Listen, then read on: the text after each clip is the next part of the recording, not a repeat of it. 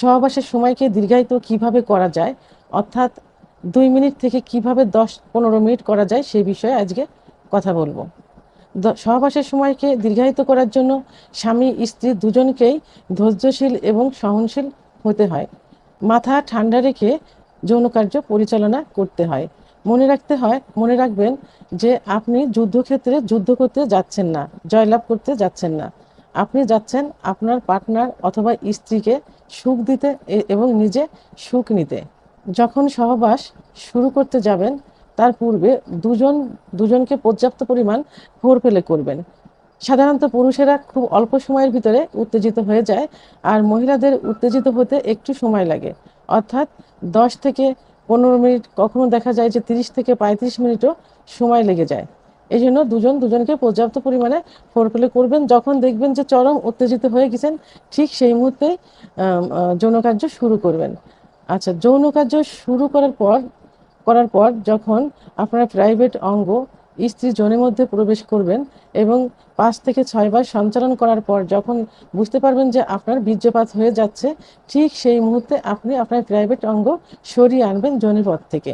স্ত্রী যেন সেটা বুঝতে না পারে। তবে স্ত্রীকে উত্তেজিত অবস্থা থেকে সরিয়ে আনা যাবে না, তাকে পর্যাপ্ত পরিমাণে ফোরপ্লে করবেন। যেখানে যেখানে ফোরপ্লে করলে সে উত্তেজিত অবস্থায় থাকে, ঠিক সেখানেই ফোরপ্লে করবেন এবং কথা বলবেন, গল্প করবেন। এর মধ্যে দেখবেন যে আপনার প্রাইভেট অঙ্গ নিস্তেজ হয়ে গেছে। তো আবার যখন নিস্তেজ অবস্থা থেকে আবার শুরু করার ডিসিশন নেবেন, তখন মন মানসিকতা সেইভাবে তৈরি করবেন। তবে যৌন কার্য পরিচালনার পূর্বে অর্থাৎ সহবাসে আসার পূর্বে আপনি কিছু খাবার খেয়ে নেবেন। যেমন 1 গ্লাস কুসুম গরম দুধ, একটা ডিম, একটা কলা, 2টা খেজুর, 2টা কাজু বাদাম, অন্তত সহবাসের 1 ঘন্টা আগে এইগুলো খেয়ে নেবেন। তাহলে আপনার এনার্জিটা বেড়ে যাবে। যখন দেখবেন যে আপনার ওঠানামা করতে করতে অর্থাৎ থেমে থেমে সহবাস করতে করতে যখন দেখবেন যে আপনার প্রাইভেট অঙ্গটা নিস্তেজ হয়ে গেছে, আপনি যখন আবার মন শুরু করবেন যে আবার শুরু করব, ঠিক আবার উত্তেজিত হয়ে যাবে। এই জন্য খাবারগুলো 1 ঘন্টা আগেই খেয়ে নেবেন।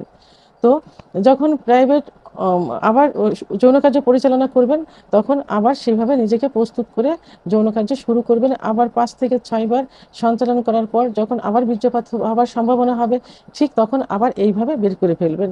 স্ত্রীকেও সেভাবে ফোরপ্লে করতে থাকবেন।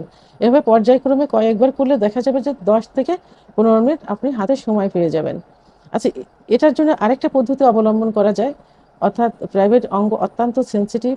যেখানে স্ত্রীর যোনির মধ্যে যে স্পট জায়গা থাকে, ওর স্পর্শ পেলেই এটা উত্থান হয় এবং কয়েকবার সঞ্চালন করলেই বীর্যপাত হয়ে যাওয়ার সম্ভাবনা হয়ে যায়। এই জন্য অ্যানেস্থেটিক জাতীয় কিছু ব্যবহার করবেন। এর মধ্যে যেমন কন্ডমটা কিন্তু রাবার জাতীয়। এটা ব্যবহার করলে সহজেই প্রাইভেট অঙ্গের স্কিনে কিন্তু ওইভাবে স্পর্শ হবে না, অর্থাৎ একটু দেরিতেই আপনার বীর্যপাত হবে। আবার আপনি এটাও করতে পারেন, অ্যানেস্থেটিক জাতীয় ভ্যাসলিন অথবা জেলি ব্যবহার করতে পারেন।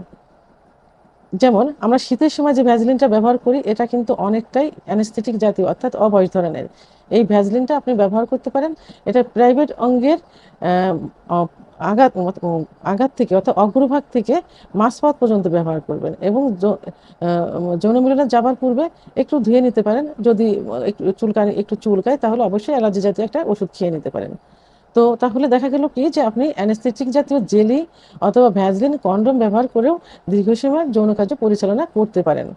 তো আমরা যে পদ্ধতিটা পূর্বে বললাম যে থেমে থেমে সহবাস করতে হবে, এইটা আপনি 4 থেকে 5 মাস প্র্যাকটিসটা করলে একটা সময় অভ্যাসে পরিণত হয়ে যাবে। তখন এই থেমে থেমে সহবাস আর করা লাগবে না, এমনিতে আপনার সময়টা বেড়ে যাবে। তো বন্ধুরা, আমার ভিডিওটি সম্পর্কে যদি কোনো মতামত থেকে থাকে তাহলে অবশ্যই কমেন্টসের মাধ্যমে জানাবেন। আর ভিডিওটি ভালো লাগলে লাইক